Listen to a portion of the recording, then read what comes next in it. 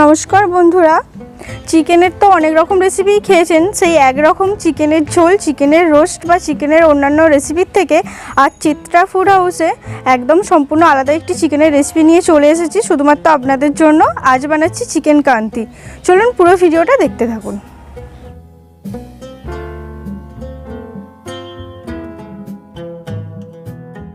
প্রথমেই আমি এখানে কিছু গোটা মশলা নিয়ে নিয়েছি। তার মধ্যে আছে কাশ্মীরি চিলি, গোলমরিচ, এলাচ, দারুচিনি আর আছে 1 চামচ মতো মৌরি। প্রথমেই আমি এটা কড়ার মধ্যে দিয়ে দেব, দিয়ে একটু ভালো করে ড্রাই রোস্ট করে নিতে হবে। আর এই মশলাটা কিন্তু শুধুমাত্র এই মশলাতেই চিকেনটা রান্না হবে, আর কোনো রকম মশলা ব্যবহার হবে না। তাই সম্পূর্ণ ভিডিওটা পুরোটা দেখবেন, একটুকু স্কিপ না করে। আর এই মশলার জন্যই কিন্তু চিকেনের স্বাদটা অনেক গুণ বেড়ে যাবে। আমার এখানে ভাজা হয়ে গেছে। এবার আমি একটা প্লেটের মধ্যে নামিয়ে নেব। নামিয়ে নেওয়ার পরে কিছুক্ষণ ঠান্ডা করে নিয়ে একটা মিক্সির জারের মধ্যে আমি দিয়ে দেব। দিয়ে এখানে ভালো করে একটা পেস্ট বানিয়ে নিতে হবে। খুব বেশি মিহি না হলেও হবে, একটু দানা দানা থাকলে কোনো অসুবিধে নেই। এবার এটা একটি আলাদা পাত্রের মধ্যে ঢেলে রেখে দেব। আর এই চিকেন কান্তি রেসিপিটি বানানোর জন্য এই মশলাটাই শুধু ব্যবহার করেছি, আর কোনো রকম গুঁড়ো মশলা বা গোটা মশলা ব্যবহার করব না। এবার একই মিক্সির জারের মধ্যে আমি আদা রসুনটা দিয়ে ভালো করে অল্প জল দিয়ে একটা মিহি পেস্ট বানিয়ে নেব।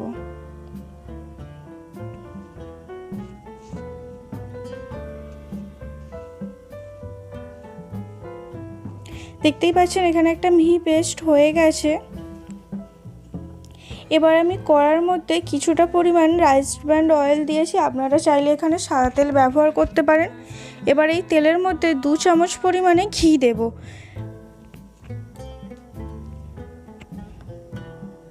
ঘিটা গরম হয়ে গেছে। ঘি আর তেলটা ভালো করে গরম করে নিয়ে তারপরেই কিন্তু এই তেলের মধ্যে আগে থেকে আমি বেশ কিছুটা পরিমাণ কাঁচা পেঁয়াজ কুচিয়ে রেখেছি, সেই পেঁয়াজগুলো আমি কড়ার মধ্যে দিয়ে ভালো করে ভাজবো।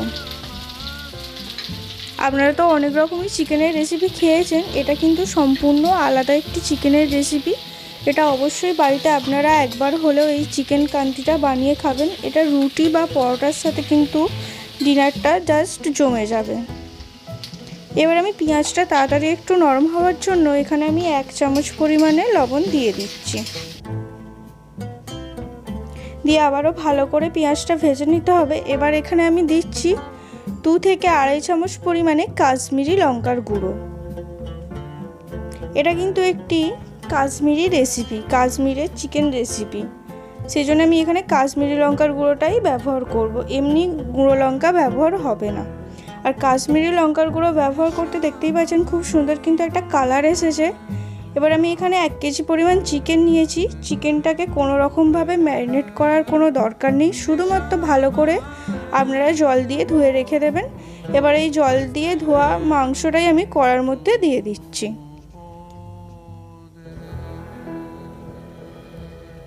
দিয়ে ভালো করে চিকেনটা মিশিয়ে নিতে হবে। আমার চ্যানেলে আরও অনেক রকম চিকেনের রেসিপি আছে, আপনারা অবশ্যই সেগুলো দেখবেন এবং ভালো লাগলে কমেন্ট করে জানাতে ভুলবেন না। আর আজকের ভিডিওটা পুরোটা দেখতে থাকুন, একটুকু স্কিপ না করে।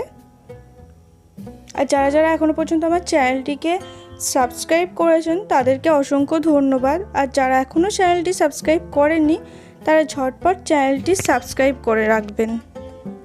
এবার আমি এখানে আদা রসুনের পেস্টটা দিয়ে দেব।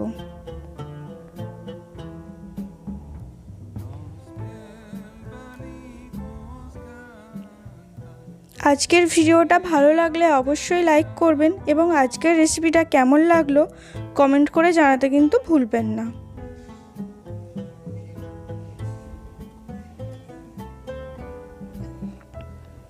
আদা রসুনের পেস্ট দিয়ে ভালো করে চিকেনটা কিন্তু কষিয়ে নিতে হবে, যাতে রসুনের কাঁচা গন্ধটা চলে যায়। আর এই রেসিপিটা কিন্তু মাংসটা একটু বেশিক্ষণ ধরেই কষাতে হবে। তাই গ্যাসের ফ্লেমটা অবশ্যই লো টু মিডিয়াম ফ্লেমে রাখবেন, বেশি জোর দিলে হবে না। গ্যাসের ফ্লেমটা মিডিয়াম রেখে ভালো করে চিকেনটা ভালো করে কষিয়ে নিতে হবে। দেখতেই পাচ্ছেন চিকেনটা কিন্তু খুব সুন্দর একটা কালার এসেছে। এবার আমি এখানে আগে থেকে যে ভাজা মশলাটা গুঁড়িয়ে রেখেছিলাম সেটা এবার কড়ার মধ্যে দিয়ে দেব। এছাড়া কিন্তু আর কোনো রকম মশলা এর মধ্যে দেওয়া হবে না।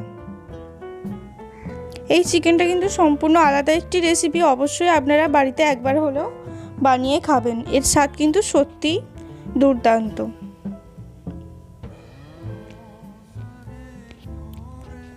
এবার মশলার সাথে ভালো করে চিকেনটাকে আবারও কষিয়ে নিতে হবে।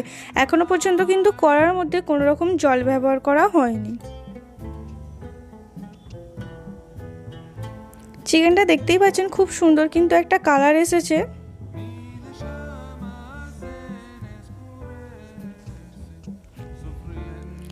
এবার আমি কড়ার মধ্যে দিয়ে দেব 4 থেকে 5 চামচ মতো ফেটিয়ে রাখা টক দই।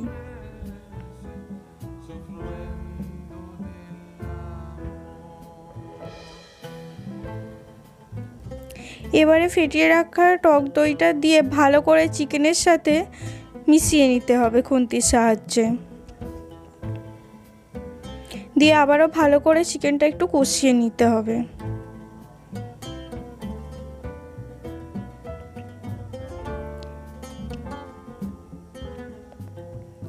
আবারও বলছি, এই চিকেনটা কিন্তু একটু বেশিক্ষণ ধরেই কষিয়ে নিতে হবে।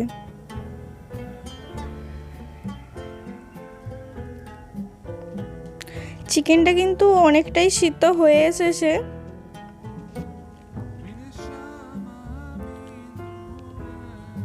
এবার আমি 1 চামচ পরিমাণে নুন দিয়ে দেব। আপনারা কিন্তু অবশ্যই স্বাদটা দেখে পরিমাণ মতো নুন এর মধ্যে দিয়ে দেবেন। আজকের ভিডিওটা ভালো লাগলে অবশ্যই বন্ধু বান্ধব বা আত্মীয় স্বজনের মধ্যে শেয়ার করতে ভুলবেন না এবং কমেন্ট করে জানাতে ভুলবেন না যে আজকের ভিডিওটা কেমন লাগলো।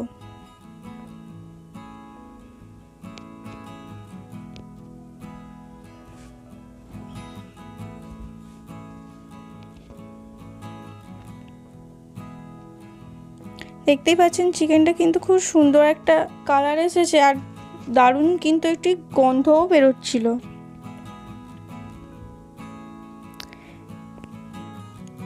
এবার আমি কড়ার মধ্যে অল্প পরিমাণ জল দিয়ে ভালো করে খুন্তি দিয়ে নেড়ে নেব।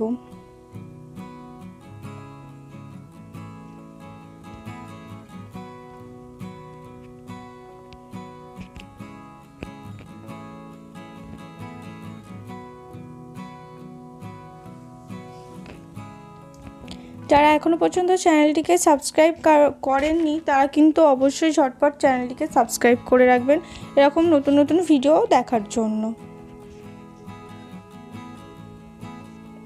এবার আমি এটা 10 থেকে 15 মিনিটের জন্য চাপা দিয়ে দেব।